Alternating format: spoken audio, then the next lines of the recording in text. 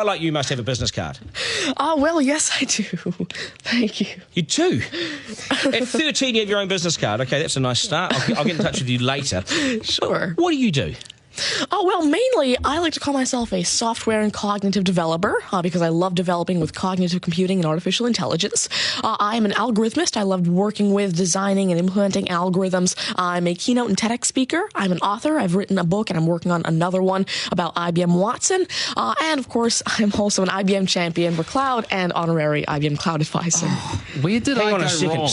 Someone just get me a flannel countdown. Do you go to school? Well, I'm currently homeschooled in grade 8, going to grade 9 now. Wow. OK, so you're bright. Artificial intelligence, it's taking over the world. Is that fair to say?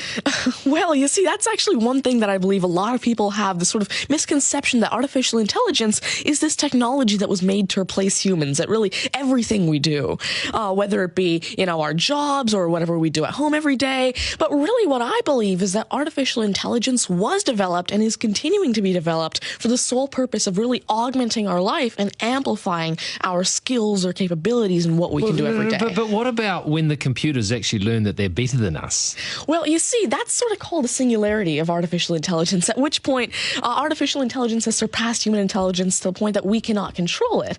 But really what I believe at this point, artificial intelligence, I won't go into the details right now since we're limited on time, but the thing is right now, artificial intelligence itself as a technology is so foolable and so primitive that either A, we won't reach that singularity point, or B, if we do, it's a very long ways off. Do you understand that, Mark? No. I couldn't. I wanted to take notes for the exam at the end of it. You lost them in the first sentence. Could I perhaps offer you a golf ball? There you go. Thank you very much. You do this YouTube channel, which you teach people. What is that all about, and who is your target audience? Yeah, sure. Now, I actually have a YouTube channel called Tanmay Teaches that I've been running for around 6 years now, and it has over 144 videos and now 22,000 subscribers. And so on it, I love to teach about computing, really programming, these algorithms that I develop, machine learning especially, math, science, and especially technologies like IBM Watson. Because, of course, I like to share my knowledge because I realize that there's this lack of resources for people to learn about technologies like AI, which is why I absolutely love sharing my knowledge through, of course, these YouTube videos, the books that I'm authoring, the keynotes that I have, and really Watson comes in here in such a great way because Watson allows me... What's Watson? Sure. Mark thinks he's a golfer, but what is Watson? Now, IBM Watson is essentially a cognitive system that allows developers to incorporate cognitive and machine learning into their applications without having to code in the actual intelligence. And what this means is that, of course, right now, really one of the main reasons developers aren't incorporating more machine learning into their apps is because it's so hard to do. It's really difficult to incorporate intelligence because... Has the I wanted to take this somewhere else, this interview. Has the Homeschooling Association of the World got hold of you as the front person?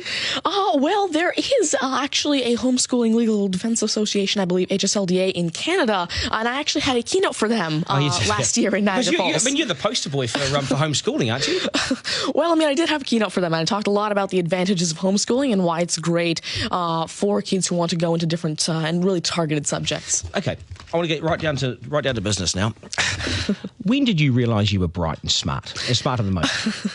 Well, I originally started coding when I was 5 with simple languages like Fox Pro and Batch. But eventually, at 9 years old, I had my very first iOS app accepted into the Apple App Store called T-Tables. But did your mum and dad do something to you between 0 and 5 that plug you into the wall? What did they do to you at 5? At 5, you were Are you smarter than your mum and dad, by the way?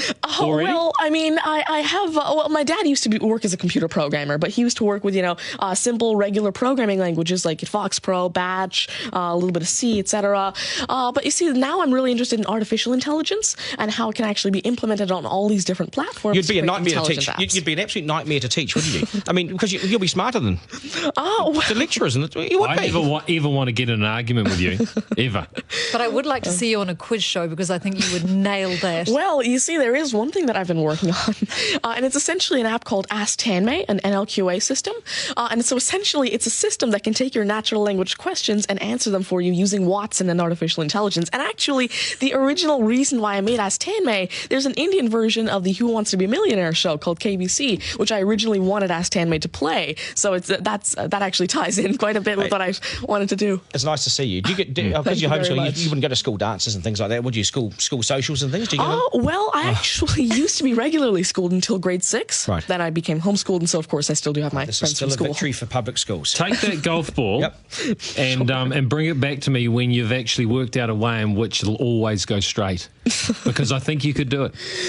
Technically, using a genetic algorithm or something. I knew there'd be an answer. Hey, it's brilliant to meet you. You're a complete inspiration. Thank you. And I hope my son was watching, a 7-year-old son.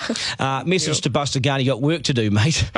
Do your homework, and we got to sharpen things up. Nice to see you. Thank you very much. much. All the very best. Thank You're you. amazing. Thank you. You're amazing. Okay, news is next, and then we are joined by today's panel, which won't be as smart as this guy, but they'll still be good, and we will head back to the beach as well for a game of 9 and 10. So much pressure now on the contestant at 9 and 10 just to rip through it and get it right. That's coming up after 8.